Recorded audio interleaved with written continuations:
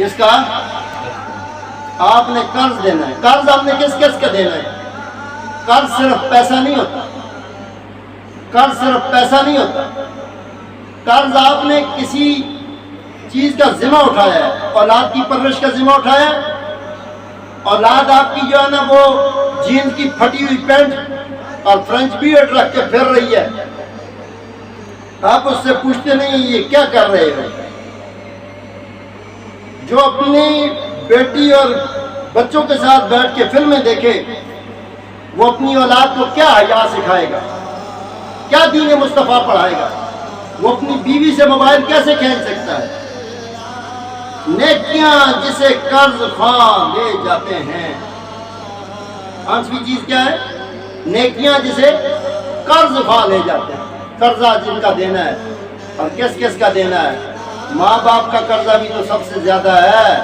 حل جزاء الاحسان الا الاحسان، ماں باپ کا کبھی ایک لمحہ بھی کوتاہی نہ کریں، ماں باپ کا سچا پکا مرید بن جائے، ماں باپ کے پاؤں چومو۔ الحمدللہ عزت دار ہوں، اتنی عزت اللہ نے دے رکھی تھی کہ میں اپنی ماں کی گفت خود بنایا کرتا تھا۔ بولو سبحان اللہ۔ بیوی پر غصہ ہو گیا جی میرے موجود اور خیال کر،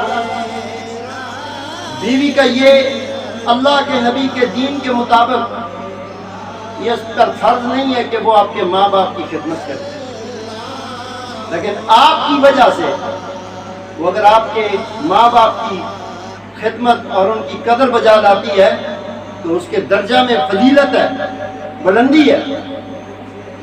کرنی ہے خدمت تو ماں باپ کی خود کا، منتا نہ کر کسی سے۔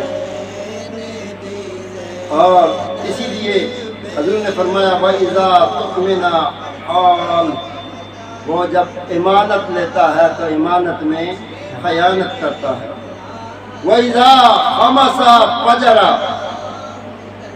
اور چوتھی جو منافق کی نشانی بتائی گئی وہ یہ بتائی گئی کہ منافق جب منافقت پر اترتا ہے اس کے پاس جواب نہیں ہوتا اور وہ گالیاں بکنا شروع کر دیتا ہے۔ یہ گالیاں بکنا منافق کی نشانی ہے، منافق